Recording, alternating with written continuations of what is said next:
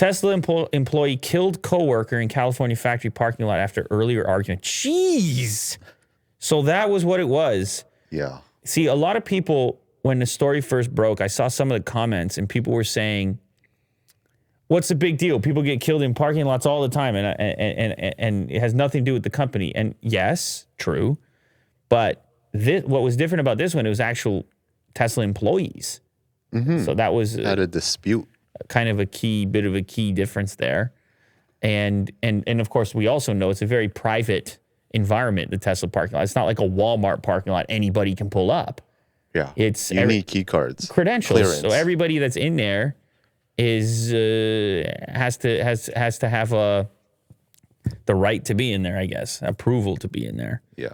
Anthony, well, I mean, I guess it's good that they were able to solve the case so quickly. Anthony Salima, 29, is accused of killing a Tesla coworker in the parking lot of the company's California auto plant.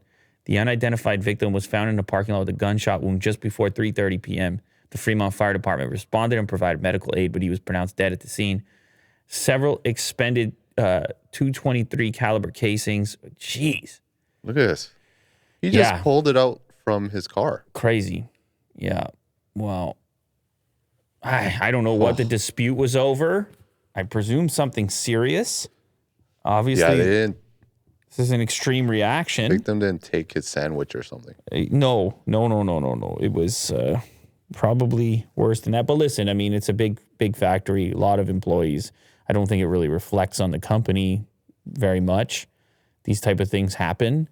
It's newsworthy because it's Tesla, obviously, and people are curious about everything Tesla. Mm-hmm. It coincided with Elon Musk being named the person of the year.